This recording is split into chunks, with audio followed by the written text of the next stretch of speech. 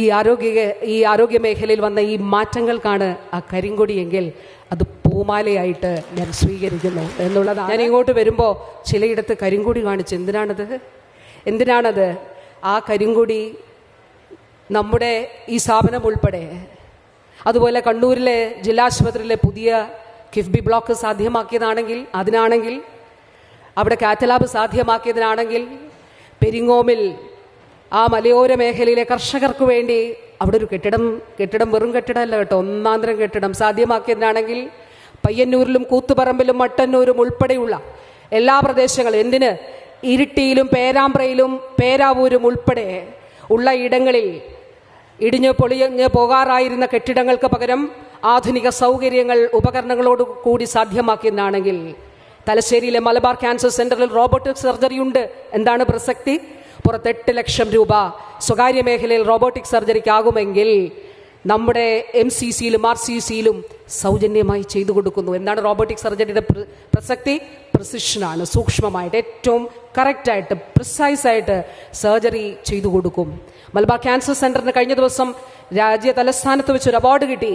രാജ്യത്തെ 10 കേന്ദ്രങ്ങൾ തെരഞ്ഞെടുത്തു. നിർമ്മിത ബുദ്ധി ഉപയോഗിക്കുന്ന രാജ്യത്തെ ആരോഗ്യ മേഖലയിലെ 10 സ്ഥാപനങ്ങളിൽ ഒന്ന് നമ്മുടെ കേരളത്തിൻ്റെ ഇങ്ങ് കണ്ണൂരിലെ തലശ്ശേരിയിലെ മലബാർ ക്യാൻസർ സെൻ്ററാണ്. അവിടെ പുതിയ ബ്ലോക്ക് എത്രയോ 250 പുതിയ ബെഡുകൾ ആഡ് ചെയ്തതിനാണെങ്കിൽ ഈ ആരോഗ്യ മേഖലയിൽ വന്ന ഈ മാറ്റങ്ങൾക്കാണ് ആ കരിങ്കൊടിയെങ്കിൽ അത് പൂമാലയായിട്ട് ഞാൻ സ്വീകരിക്കുന്നു എന്നുള്ളതാണ്. അത് എൻ്റെ കണ്ണൂരിലെ ഉൾപ്പെടെ എൻ്റെ പ്രിയപ്പെട്ടവർക്ക് വേണ്ടി അതിനാണെങ്കിൽ അത് സ്വീകരിക്കുന്നു എന്ന് പറഞ്ഞുകൊണ്ട്, നമുക്ക് എൻ്റെ പ്രിയപ്പെട്ടവർ, ഇതൊരു വലിയ വിഷനാണ് നമ്മുടെ മുന്നിൽ യാഥാർത്ഥ്യമായിരിക്കുന്നത്. കല്ലിട്ടിട്ട് പോവല്ലോ നമ്മൾ ചെയ്യുന്നത്.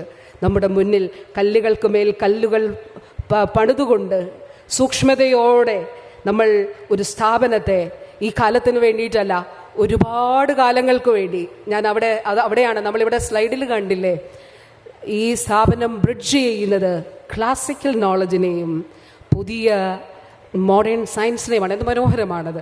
പരമ്പരാഗത ജ്ഞാനത്തെയും അതോടൊപ്പം ആധുനിക ശാസ്ത്രത്തെയും ബ്രിഡ്ജ് ചെയ്യുന്ന ഒരു വലിയ സ്ഥാപനത്തിൻ്റെ മുറ്റത്തിരിക്കാനുള്ള, അല്ലെങ്കിൽ മുറ്റത്താകാണ് നമ്മളെല്ലാവരും ഉള്ളത് എന്നുള്ള അഭിമാനകരം, അതിൻ്റെ ഭാഗമാകാണ് നമ്മൾ. അത് തലമുറകൾക്ക് വേണ്ടിയിട്ടുള്ള അതാണ് എന്നുള്ളത് മാത്രം പറഞ്ഞുകൊണ്ട്